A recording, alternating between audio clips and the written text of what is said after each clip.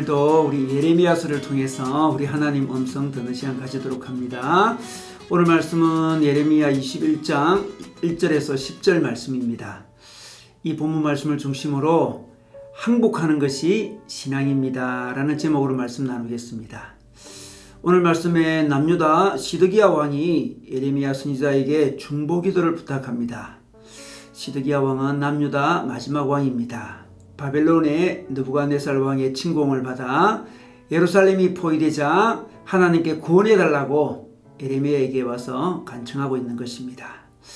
지금은 바벨론의 4차 침공인데 시드기야는 3차 침공 때 당시 남유다 왕이었던 요야긴을 대신해서 바빌론에 의해서 남유다의 왕이 된 사람입니다.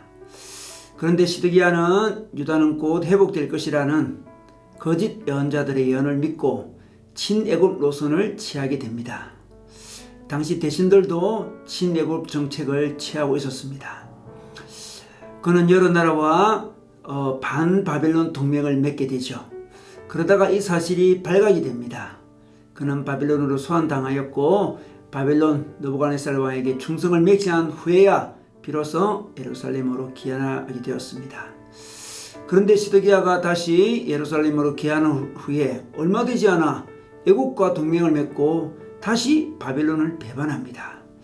이에 바벨론은 기원전 598년 제4차 유다 침공을 감행합니다. 이때 유다는 멸망하고 말죠. 바로 이때입니다. 바로 이때 다급해진 시드기야가 그동안 무시하였던 예레미야 선지자에게 구원의 기도를 요청하는 것입니다. 이때 예레미야 선지자는 구원의 기도가 아닌 멸망의 예언을 해줍니다. 왜냐하면 겉으로 보기에는 반바벨론 정책으로 멸망하는 것 같지만 사실은 하나님보다 우상과 이방 나라를 애굽을 더 의지하였기 때문에 그렇습니다. 마음 중심에 해결가 없이 단지 위협에서 벗어나는 기도는 하나님께서 응답하지 않을 수 있습니다. 예레미야 선지자는 대신 바벨론에게 항복하라고 권유하고 있습니다. 오늘 8절 말씀에 생명의 길과 죽음의 길을 보여주면서 생명의 길은 바벨론에게 항복하는 것이라고 합니다. 항복이 생명의 길입니다. 이 항복은 단지 바벨론에게만 항복하는 것이 아니라 중심으로 하나님께 항복하는 것입니다. 이 항복은 하나님께 회개하는 것입니다. 우리는 하나님께 항복하지 않은 채 어려움에 처했을 때 그냥 어려움에서 벗어나는 그 도움을 구하는 그런 기도는 미흡한 기도입니다. 자신의 중심으로부터 하나님께 나아가야 됩니다. 하나님께 깊은 중심에서 항복이 있어야 됩니다. 회개가 있어야 됩니다. 자신의 자존심을 내려놓고 자신의 욕망을 항복하고 자신의 생각을 내려놓아야 하는 것입니다. 그것이 곧 생명의 길입니다.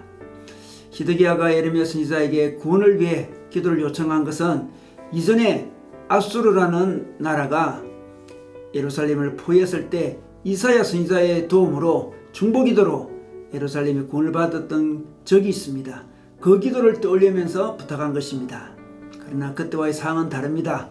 시드기야와 남유다는 지금 마음 깊은 곳에 회개가 없습니다. 항복이 없습니다. 겉모습만 따라하고 있습니다. 신앙은 외면만 따라하는 것이 아닙니다. 충분하지 못합니다. 중심의 변화가 먼저 있어야 하는 것입니다. 중심의 변화가 바벨론에게 항복하는 것으로 표현될 수 있습니다. 바벨론에게 항복하는 것은 겉으로 보기에는 멸망하는 것처럼 보입니다. 그러나 그 길이 생명의 길이라 이렇게 말씀하고 있습니다. 우리 인생도 마찬가지입니다. 단장 우리가 어려움을 겪고 자존심이 상하는 일을 당할 수밖에 없어도 그 길이 하나님의 길일 수 있습니다. 바벨론에게 항복한 백성들은 살아남아서 다음을 도모할 수 있었습니다. 70년 후에 고향으로 돌아올 수 있었습니다. 그리고 다시 이스라엘을 세워갈 수 있었습니다. 그러나 끝까지 대적한 사람들은 철저히 멸망할 수밖에 없었습니다. 그러므로 때로 우리 인생에 하나님은 항복하라고 하십니다. 고개를 숙이고 견디라고 하십니다. 묵묵히 어려움의 길을 걸어가라고 하십니다. 체면도 자존심도 어느 때는 내려놓으라고 하십니다. 우리가 눈에 보이는 사람들에게 항복하는 것이 눈에 보이지 않는 하나님께 항복하는 표현이 될 수 있음을 보여주는 것입니다. 그러므로 우리는 어려움에서 벗어나려고만 하지 말고 우리 마음의 중심을 살펴서 우리가 하나님께 내려놓아야 할 것이 무엇인지 찾아야 합니다. 항복할 마음을, 회개할 마음을 먼저 가져야 합니다. 때로 우리 인생에 행복하는 것이 신앙의 표현이기 때문에 그렇습니다. 오늘도 하나님께 항복함으로 생명의 길을 선택하시기를 주님의 이름으로 축원합니다.